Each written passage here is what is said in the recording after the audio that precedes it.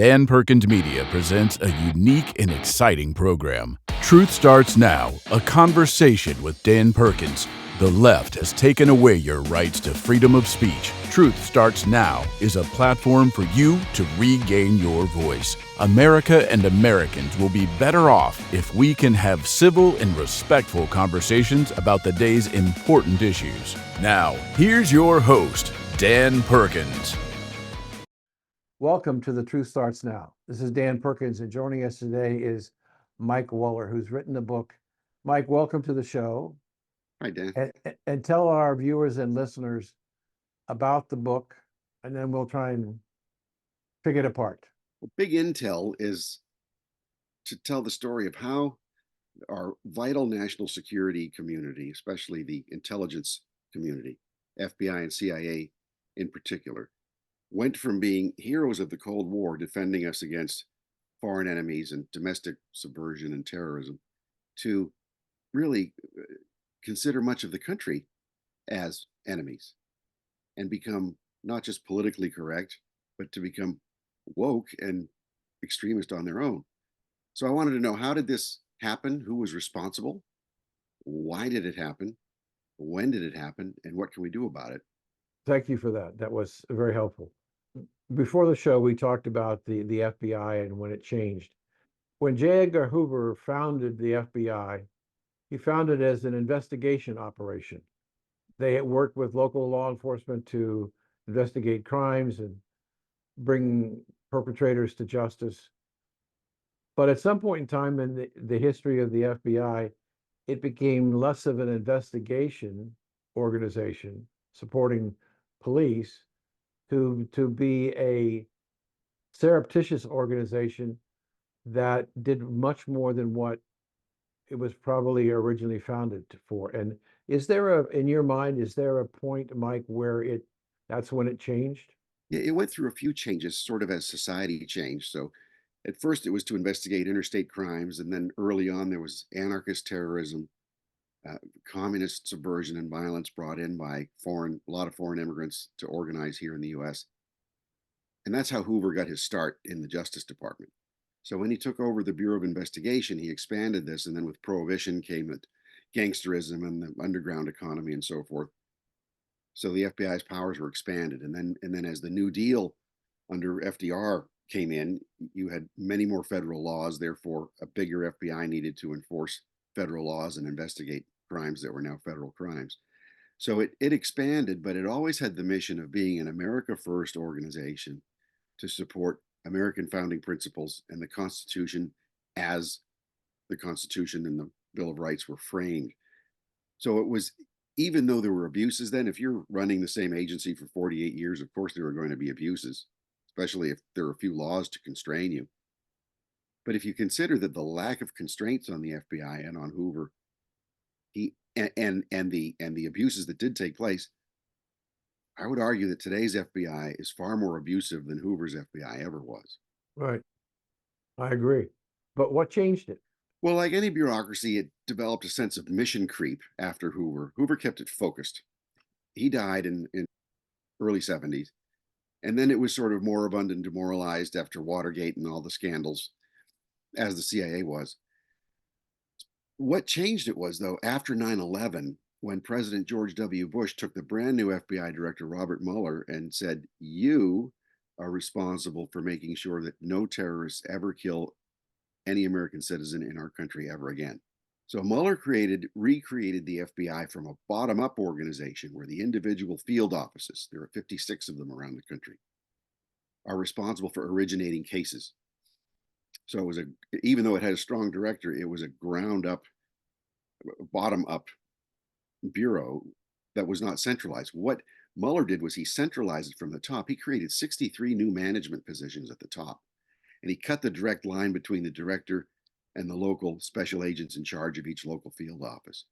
So you had and then a lot of new hires and a mandate now to prevent crimes before they happen, which meant not just investigating known terrorists, but investigating innocent people as the mission creep kept on. So once all the jihadists were wiped out for the most part, or went underground, or the threat was no longer what it had been, the people in the FBI started looking for new enemies. because if you can't justify your existence and you don't spend your annual budget, Congress is going to cut your budget the next time around. So they're out there. This is true for any bureaucracy, so it's not just the FBI. What Mhm. made it most different, though, was because it was now centralized by the end of George W. Bush's administration in 2008. Somebody like Obama came in with a political agenda to politicize the bureau, top to bottom, with his plan to make a fundamental transformation of the United States. He needed the FBI as an instrument for that. The same with the CIA. So into his first term, by the summer of 2011, he had an executive order across the whole government imposing the first of the cultural warfare, critical theory, cultural Marxism on the government bureaucracies, and then had really deeply ideological people like General James Clapper, like his Attorney General, who was a radical in college and never shied away from that radicalism, Eric Holder. And then James Comey was brought in to run the FBI. And in the CIA, you had John Brennan, who had been a Communist Party voter before he went into the CIA, now running the whole intelligence community and completely politicizing it. So you had a situation where people who were not elected to office were making a fundamental change in America and its society and the way it dealt with laws. Yes. And it wasn't even done under a law, it was done under executive orders by the president. So executive orders are constitutional. Presidents need to do it to say, this is how I'm going to prioritize how the government works. That's all fine. And they're changed from president to president, but they don't have the force of law. So rather than seek laws for this really vital, profound, fundamental transformation of our government and of our security services, Obama just did it by executive order. So the good part is it can be repealed. Trump did not repeal those executive orders. He kept them in place for the most part. So the next president can come in and repeal them if he has a plan to do so. That's a start of what needs to be done. But you're right. You have an unaccountable apparatus that it's actually so profound, this unaccountability. Remember when Chuck Schumer, the Senate Democrat leader, said out loud when Trump said he wants to take control of this apparatus in 2017 that they have 6 ways from Sunday to get you. So you have the Senate Democrat leader telling the president of the United States that they are all powerless to put the CIA and FBI under control. That means Schumer was admitting that these are states within a state and they've taken over our democratic republic. What happened in your life that drove you to want to write this book? Well, if you go way back, it started when I was a teenager in high school, and I was interested in the environmental movement because I love the outdoors, always did, and I love fishing off the coast of New England. And they were building a big nuclear power plant, and one of my teachers he was a radical, but everybody liked him. This is in the late 70s, so he was had been a hippie and not just an anti-war activist, but a pro-Viet Cong, pro-Hanoi activist. So he was siding with the other side during the war. We didn't understand that as kids, but we got involved in the environment movement to oppose this nuclear power plant. And I got further recruited into this activism, just an idealistic kid who was just nature oriented. And then I was pulled aside by some professional organizers, and they isolated me and they put me through what I later learned was a struggle session to criticize myself, to have them criticize everything about me, and to tear me down as an individual. And they said, why do you want to get involved in the anti-nuclear movement anyway? And I said, well, because I care about the environment. And they just said, we're here to overthrow American capitalism. That wasn't why I got involved. So I was out right away, but I thought I'm going to just fight these guys, for the rest of my life if I have to. So that's how I got started, when realizing I was becoming a dupe of an organized communist underground movement that was loyal to the Soviet Union. Shocked, I would assume. Yeah. So this book sprang from that ultimately, because I understand how these elements work. I understand how they take in a lot of well-meaning people, and then how we don't have an FBI anymore to guard against this type of subversion. Do you think that the FBI can ever be changed? It'll never change on its own. The current director, Chris Wray, I don't think really runs the bureau. He's a millionaire Republican lawyer who, one of the swamp types who goes in and out of government, makes a lot of money at a big Washington law firm, gets a big Justice Department position, and then comes in as the FBI. He's being led around by the nose, in my view, by the woke crazies who have gotten up to the top management, the Obama people, who are there as professionals, so they're not political appointees. He just does whatever they want in terms of making the Bureau woke and treating half of the country as an enemy. So it can't be changed on its own. You need a president who's focused on it. Trump didn't understand it. He thought if we just get rid of the first top levels of people, it could be fixed. Entirely wrong way to do it. So, like a lot of bureaucracies, it just has to be broken into pieces because we need most of the functions the FBI has. The country needs these abilities: fighting spies, fighting terrorists, fighting child traffickers, this kind of thing. Do we They can have put different groups. do we have a woke influence in the FBI? Absolutely. And it's not just at the top anymore. They've been recruiting for now half of a person's career. So the people who first came in under Obama are now halfway through their career. So they're the special agents in charge. They're the mid-level management and even higher, because with DEI, you promote people not based on their merit, but based on the DEI criteria. So you've got a lot of DEI token appointees throughout the Bureau and others who just go along with it. So that's the way they get promoted. So from top to bottom, the place is rotten. And you can't fire these people because they're civil service. Read recently that there in fact is a way to get rid of them without firing them. Right. You can Reductions abolish in the force. position. Reductions in Yeah. force. Yes. So Rifts and then just abolishing positions. so that the Congress can refuse to fund at a certain level, which forces them to have to reduce the size of their staff. Right. And the Attorney General can do the same. What did you learn in writing the book?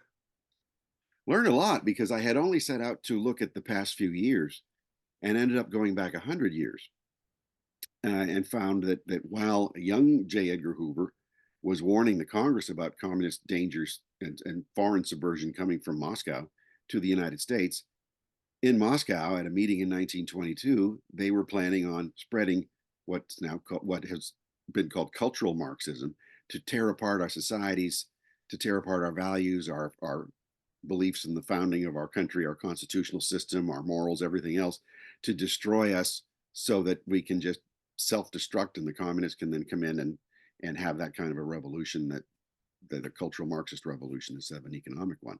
So that it's been a Soviet active measure this whole time for 100 years that outlasted the Soviet Union, and it's become the operating system of the FBI and CIA. Mike, we have to take a quick break, but where can people get your book? On Amazon, any place online, at Costco. It's on sale at Costco now. So lots of places to get it. Good. We'll be right back and continuing our conversation with Mike Weller.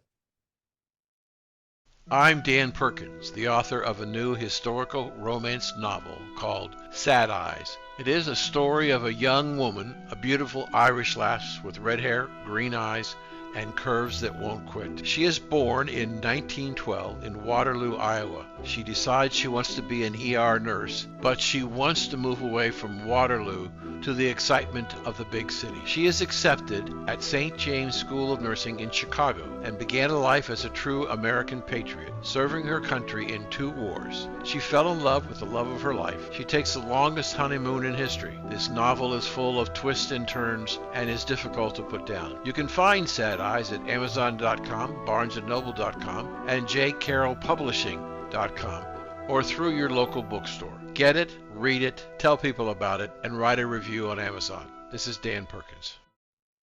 Welcome back. The Truth Starts Now with our guest, Mike Weller, who's living in a house that he thinks may have begun in the 1700s, that he bought off of Craigslist and reassembled. It's amazing. You said at the break you wanted to talk about a couple of things.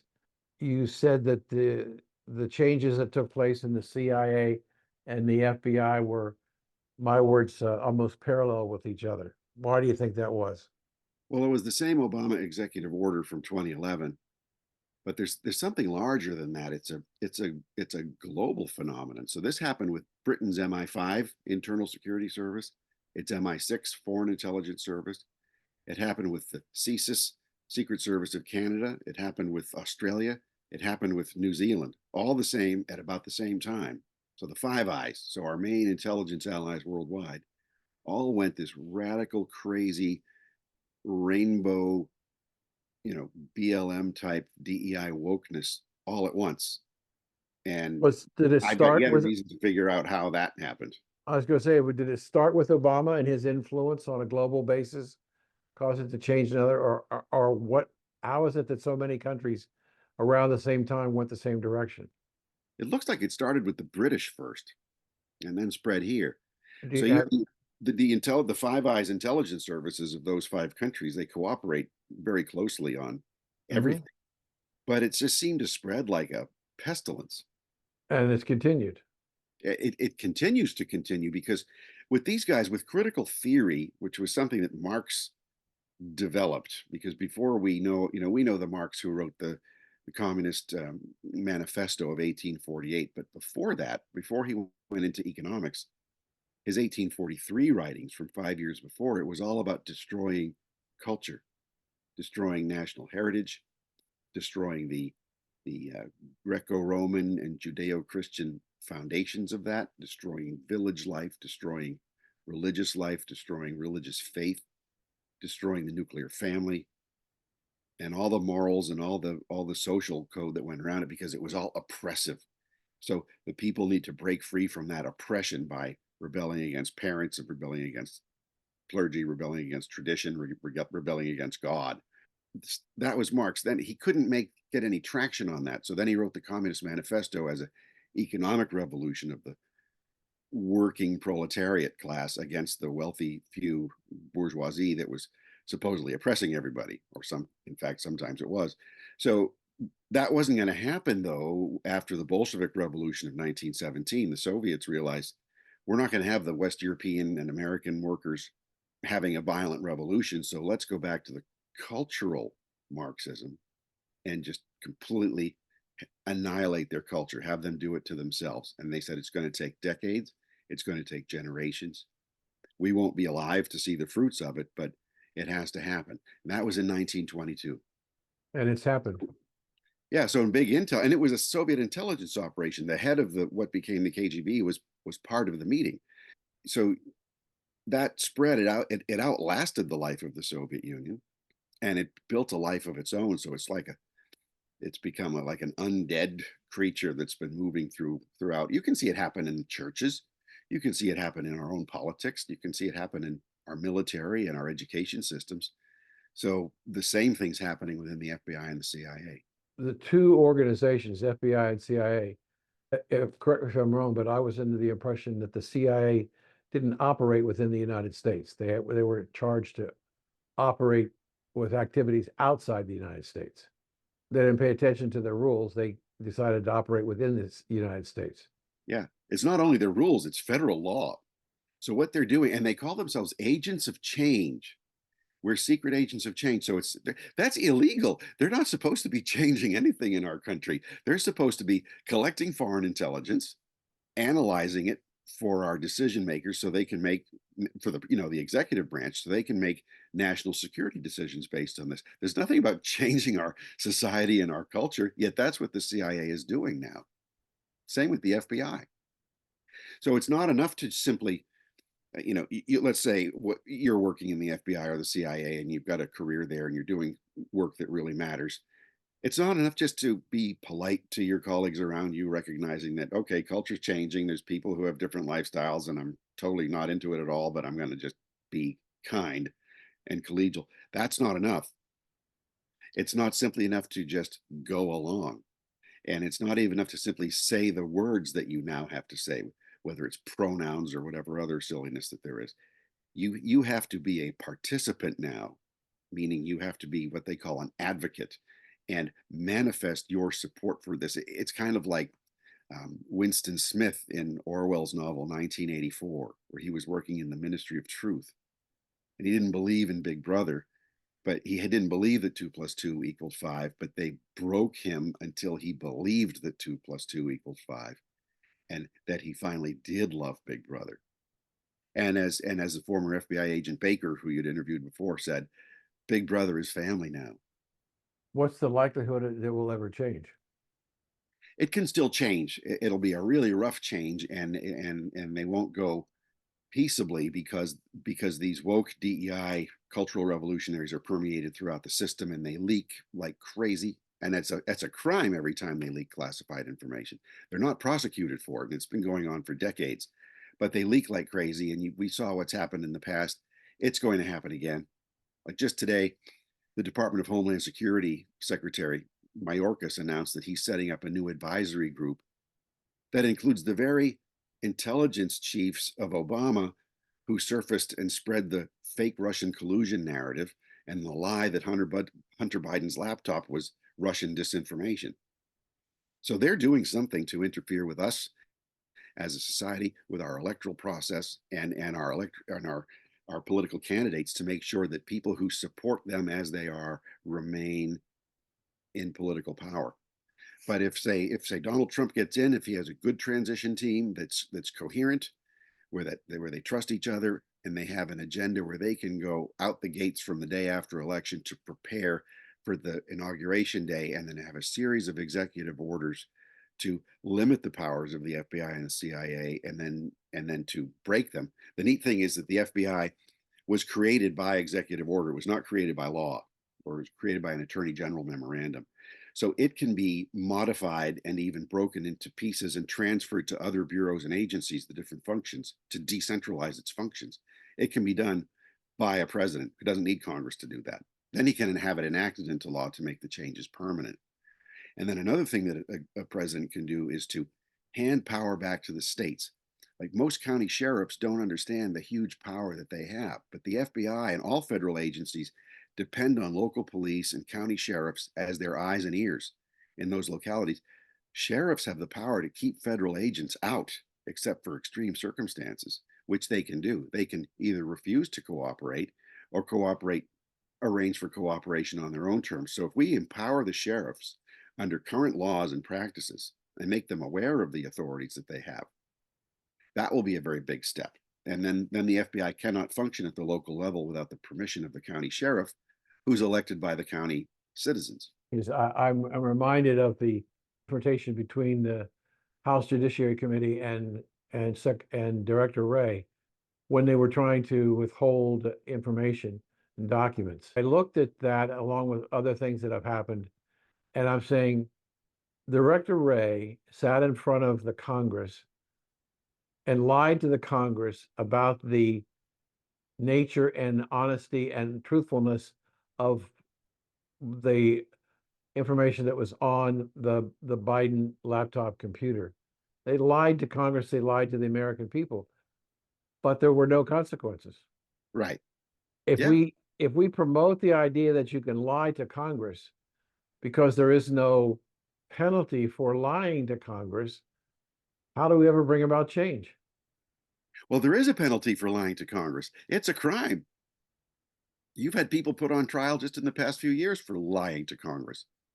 So it's the thing is, no attorney general like Merrick Garland is not going to charge anybody with lying to Congress, so they get away with it. Congress has an alternative. It can keep dragging officials up and forcing questions out of them, but these guys keep lying and lying and lying, or simply not answering, to the point where the FBI director said, "I'm sorry, I can't stay any longer for this hearing. I have a flight to catch," which it was his private executive jet that the FBI director has. We're all funding it. And he was going to go on vacation. So it wasn't like he needed to catch a plane. And it's also that he didn't know that there'd be a very important Senate oversight hearing. He just has no reason to fear Congress because he knows that they won't do anything. So when you had the House this past year, they just slashed the FBI budget. They started by 30%. They ended up slashing it by 15% because of compromises, and zero funding for the new FBI headquarters that's going to be built on land that's twice the size of the Pentagon. Imagine that. The current FBI headquarters is less than 2 blocks in a footprint, and now they want to have something that's almost the size of the Kremlin in terms of its footprint. So they slashed all that out, but then at the end, with the back and forth between with the continuing resolution nonsense and keeping the government open, the House collapsed and a bunch of Republicans defected to join the Democrats to make sure that the FBI received funding for its new headquarters and that the cuts were restored. Unbelievable. Are you writing anything else? Well, this is it right now. It's just, yes, I have a lot in mind. There is much more on this.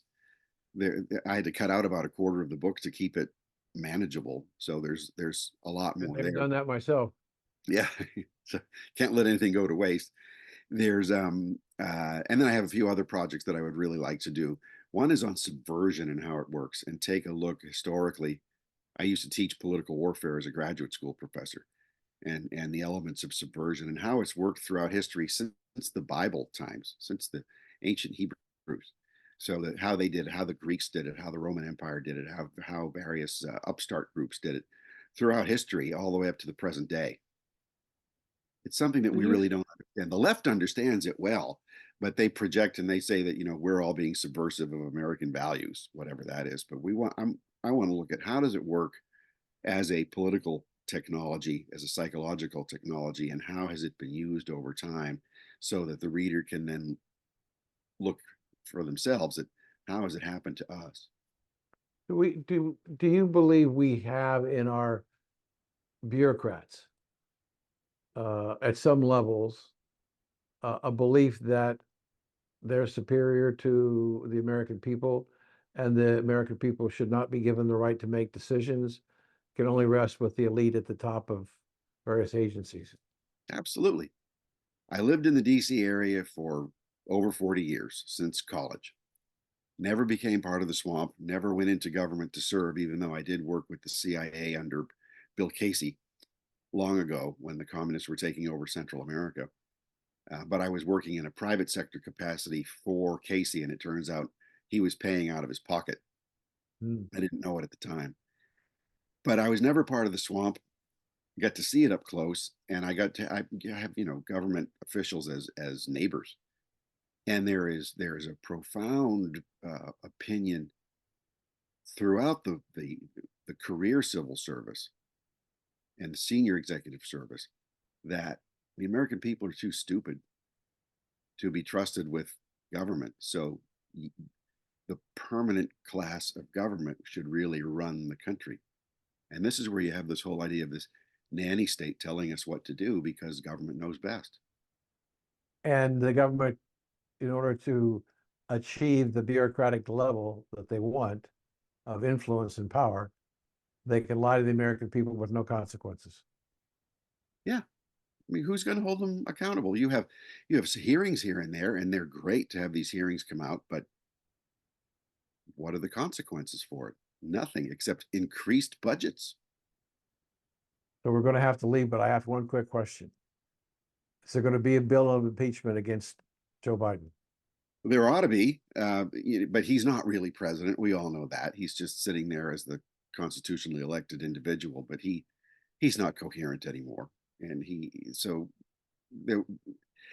he ought to be impeached, not just because I think he's being a terrible president, but he's flagrantly violating federal law with just the border here. He's opened up our country to foreign enemies on purpose. Well, Mike, we're out of time, but it was a pleasure to have you on the show. Fascinating conversation. I'm going to invite you back. One more time, tell us where we can get your book.